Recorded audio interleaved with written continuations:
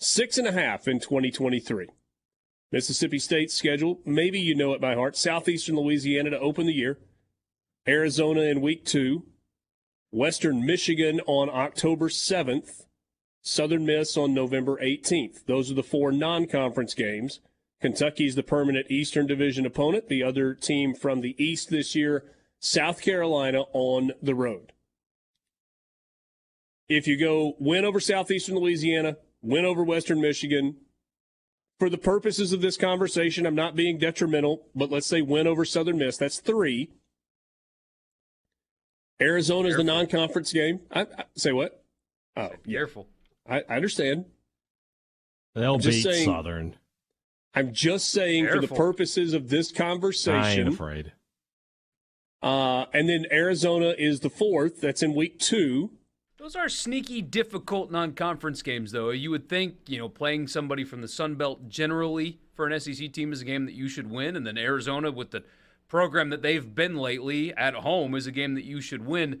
Those will be tougher tests, at least for a while.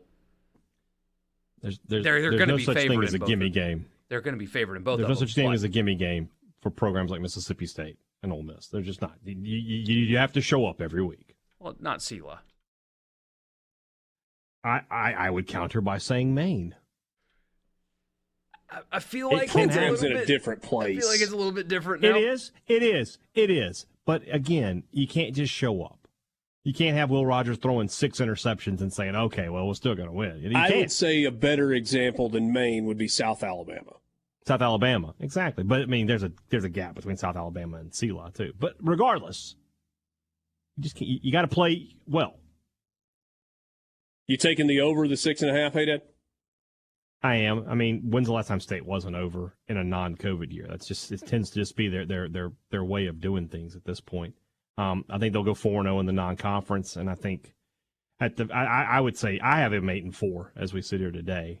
But 7-5 is certainly very, very doable to me. So you're going with the 4 non-conference, and then what are your 4 SEC wins? I think they'll get 4, and obviously I don't think they'll beat Alabama or LSU. So of the remaining 6, they'll get 4 from Arkansas, A&M, Auburn, Kentucky, Ole Miss, and South Carolina. 4 of those 6 are on the road. They are, but State's been good on the road. They won at Auburn 2 years ago. They won at A&M 2 years ago. They had Arkansas beat 2 years ago. None of those are just you can't win their environments. I'm interested.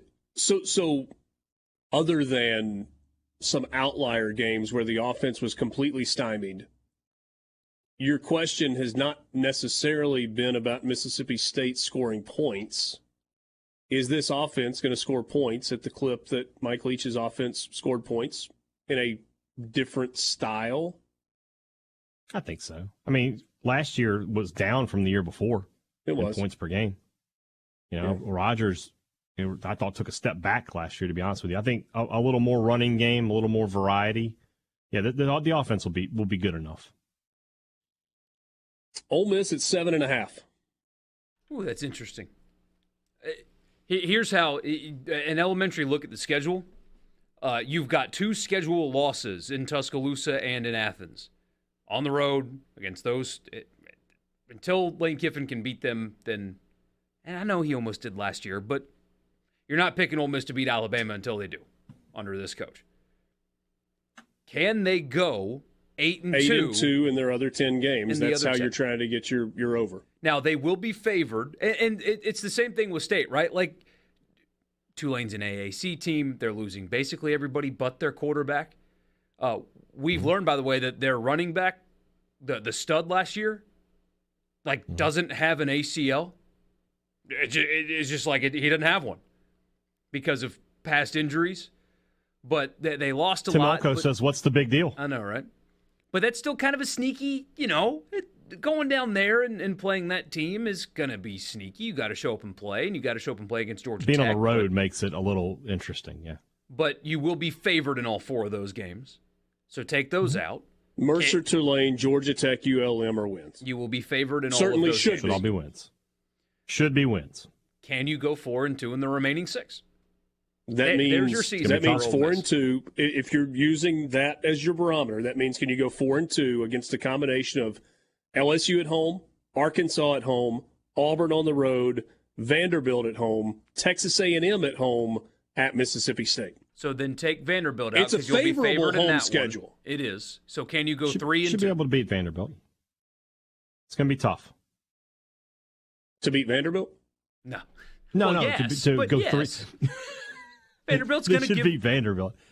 Vanderbilt will give Ole Miss a good game, but yeah, I think Ole Miss 7-5 feels like where I'm landing as we sit here today. You are right about the home schedule, though. Getting Arkansas at home's a big deal. Getting A&M That's at big. home's a big deal. Getting LSU at home, despite them having the roster that they're going to have, that helps. That's a loss to me. I see that today, and I'm like, that's a loss. You wish you had Auburn at home.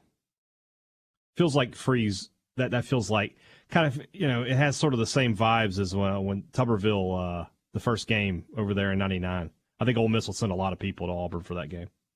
Yeah. Probably won't Tomahawk Sharp in the end zone the way they did in 1999. No, probably not. It's not exactly relevant anymore. It was relevant then. Borky, that was before you. I don't know if you've ever heard me say that, but Auburn bought out their game against Florida State in that first year that Tommy Tuberville was there, and when Ole Miss won on the Plains. And there were probably 10,000 Ole Miss fans at that game. I mean, it was a huge road crowd, and somewhere Massive. I remember fourth that. quarter, overtime, wherever it was, late in that ball game, Ole Miss fans broke out the Florida State Tomahawk Chop. Man, the mutual motivation to win that game, because Hugh Freeze, as we've talked about before, Coach is tied in big games. He's highly motivated to beat Ole Miss, even though they protected him at every possible turn. They tried to save him, and he couldn't save himself. Still, for some reason, has an axe to grind.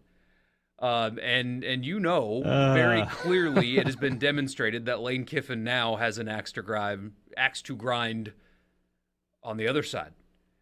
I don't know. Should we get an axe like Paul Bunyan's axe? Can we go get a red and blue, orange and blue axe and just have it on the sidelines? Yeah. So winner gets to grind it. You have a stone there to grind it on the sidelines. Got the whetstone,